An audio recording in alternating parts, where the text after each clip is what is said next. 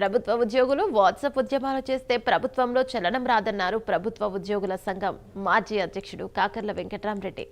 గుంటూరు జిల్లా తాడేపల్లిలో మాట్లాడిన ఆయన తాను గతంలో వైసీపీకి అనుకూలంగా వ్యవహరించలేదన్నారు.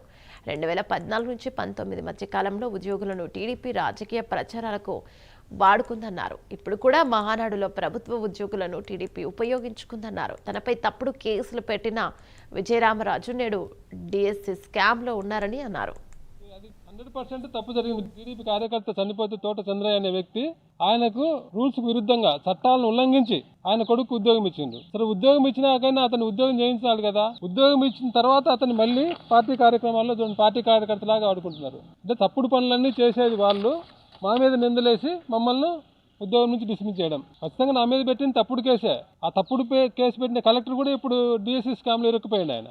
అది 100% తప్పు జరిగింది డిఎస్సిలో. ఖచ్చితంగా డిఎస్సి మీద నిష్పక్షపాతంగా విచారణ జరిగితే ఆ IAS officer, commissioner, school education commissioner, నా మీద కేసు పెట్టిన ఆయన, కడప కలెక్టర్గా ఉండి కేసు పెట్టిన ఆయన విజయరామరాజు ఖచ్చితంగా జైలుకి వెళ్ళడం ఖాయం ఈ డిఎస్సి మీద విచారణ జరిగితే. ఎందుకంటే వాళ్ళు అడ్డగోలుగా చేసిండ్రు, మెరిట్ లిస్ట్ని మార్చిండ్రు.